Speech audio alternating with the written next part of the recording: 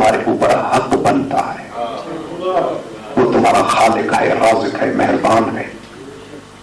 اولاد کی میرے لیے، میری اللہ کے لیے، اللہ کی اس لیے کہ وہ تمہارا خالق ہے، تمہارے اوپر اس کی نعمتیں ہیں.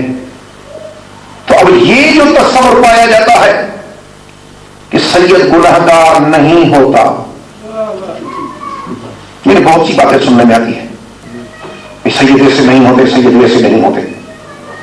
یہ اپنی بنائی ہوئی باتیں ہیں، حقیقت سے ان کا دور کا بھی واسطہ نہیں. میری اولاد کی عزت کرو، نیک ہے تو اللہ کے لیے. میں یہ شرط کیوں لگائی؟ اگر بد ہے تو میرے لیے. وجہ کیا ہے؟ یہ مصطفیٰ کا جملہ علیہ الصلوۃ والسلام، یہ دلیل ہے، یہ بتلا رہا ہے کہ سید گنہگار بھی ہوتے ہیں. ورنہ یہ فرمانے کی کیا ضرورت، نیک ہے تو اللہ کے لیے. بھائی ہر نیک بندے کی عزت کرنی ہے، صرف سید کی نہیں. اگر نیک ہے تو کسی بھی قوم قبیلے کا ہو اس کی عزت کرنی ہے، چونکہ یہ اللہ کا نیک بندہ ہے. تو اگر نیک سید کی عزت کرو گے تو وہ رسول کے لیے نہیں ہوگی، وہ تو آپ کو ویسے ہی کرنی ہے، ہر نیک ہی کرنی ہے. اور کہ اگر وہ برے ہیں تو پھر میرے لیے. اور سادات کے حقوق ہے، سادات کی عظمت ہے. کیا کہتے ہیں ذاکرین جب پڑھتے ہیں، وہ عزت جو بڑی تھی تو مصیبت بھی بڑی. اب جتنی اللہ نے عزت دی ہے سادات کو، اتنی پابندیاں بھی زیادہ ہیں ان کے اوپر. علامہ سید صفدر حسین نجفی رحمت اللہ علیہ، انہوں نے اپنی کتاب میں لکھا ہے سادات سے دو باتیں، چونکہ وہ خود سید تھا. ایک باب قائم کیا ہے چیپٹر اپنی کتاب میں، اس میں لکھا ہے سادات سے دو باتیں. اس میں لکھا ہے کہ سیدوں تمہاری عزت تو بڑی ہے، لیکن یہ بھی یاد رہے کہ اگر کوئی سید ایک برائی کرے گا تو اس کو ایک سزا نہیں ملے گی، اس کو سزائیں دو ہوں گی. گناہ ایک، سزا دو. میرے مولانا ہے دوست، وہ کہتے بھائی بات سنے مولانا. میں نے کہا جی. کہ شریف کے بیٹے کو ہمیشہ 2 مرتبہ پٹائی ہوتی ہے. وہ کیسے؟ کہا اس لیے کہ اگر وہ ہے شریف کا بیٹا تو ایک تو جہاں سے مار کھا کے آیا، کہیں جھگڑا کیا، ایک تو پٹائی وہاں ہوئی، اور دوسرا جب پہنچا گھر باپ نے کہا بھائی تو شریف کا بیٹا تو نے یہ کیا کیا، وہ پٹائی جدا. اپنے گھر میں جو باپ پٹائی کرے گا وہ جدا. اور اگر ہوگا بدماش کا بیٹا تو باپ کہے گا آفرین شاباش. اور بیٹا کبھی سا موقع آ جائے تو پیچھے نہ پڑنا. تو شریف کا بیٹا ہمیشہ 2 مرتبہ مار کھاتا ہے. تو جو سادات ہیں، جن کی نسبت جو اولاد ہیں اہل بیت رسول کی، مصطفیٰ کی اولاد، تو وہ اگر اچھائی کریں وہ تو ان کا حق بنتا ہے، اور اگر کریں برائی اور قیامت میں میدان میں جائیں 12-14 کے سامنے تو تم ہماری اولاد ہو کے ایسے کام، تو عزت بھی بڑی ہے تو مصیبت بھی بڑی ہے. صلوات پر محمد علیہ.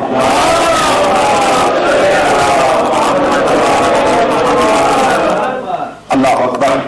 یہ باتیں ہیں، کچھ چیز نظر آئی ہے، اس لیے کچھ آپ کی توجہ چاہتا ہوں تاکہ میں کچھ عرض کر سکوں. یہ کچھ چیزیں دیکھنے میں جو وضاحت کرنے کے لائق نہیں ہے. تو یہ ہے کہ آل محمد علیہ السلام نے عزت کے لیے کہا کہ میری اولاد کی عزت کرو. یہاں تک کہ سید غیر سید کا مہمان بھی نہ بنے. وجہ کہ ہو سکتا ہے وہ غریب ہو، محلے میں کہیں سے صدقے کا کھانا آتا ہو. اب مہمان ہے سید، کھانا آیا بھولے سے، انا اللہ شعوری طور پہ دے دیا، سید پہ صدقہ حرام.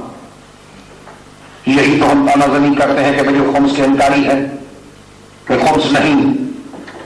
شبلی نعمانی نے لکھا اپنی کتاب میں، شبلی نعمانی نے، کہ اگر رسول خمس قیامت تک اپنی اولاد کے لیے واجب کر گیا تو پھر نعوذ باللہ من ذالک، ایک خود غرض برہمن میں اور رسول میں فرق کیا ہے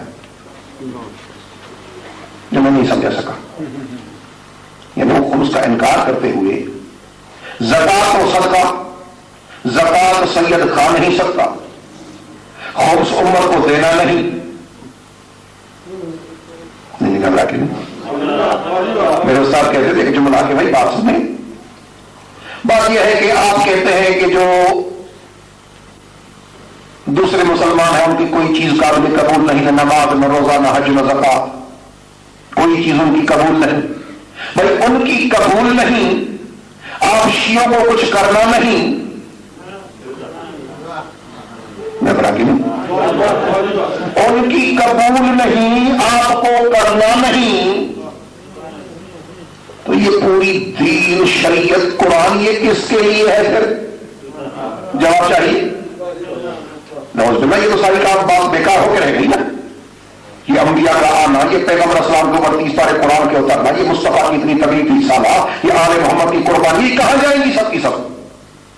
ہمیں کچھ کرنا نہیں. نماز علی پڑھ گیا، وہ کربلا میں ایک ہی سجدہ دیا، بس جناب ہماری ساری نمازیں وہ پڑھ گئے. اللہ اکبر. یہ بڑی بات ہوئی کہ مالک ہوگا تو سجدے میں سر جائے. جی سجدے میں. اور جو ماننے والے وہ بھولے سے بھی مسجد میں کبھی نہ جائیں. یہ عجیب ہے. اگر یہ ماننا ہے تو پھر انشاءاللہ میں عرض کروں گا کہ انشاءاللہ تعالیٰ تک کی رہے میری جو نماز پہ ہوگی، عرض کروں گا کہ یہ کیا ہے، یہ خود فریبی ہے. تو محمد علیہ محمد علیہ السلام سے جس پر اب یہ اعتراض کہ بھائی جھوٹے سید ہیں، کچھ خود کو منسوب کرتے ہیں، سید ہیں نہیں لیکن کہتے ہیں ہم سید. تو یاد رہے پوری ذمہ داری کے ساتھ، قرآن و حدیث کی ذمہ داری کے ساتھ، کہ ہاں ان کی بھی گنجائش ہے. نہیں سمجھا سکا میں.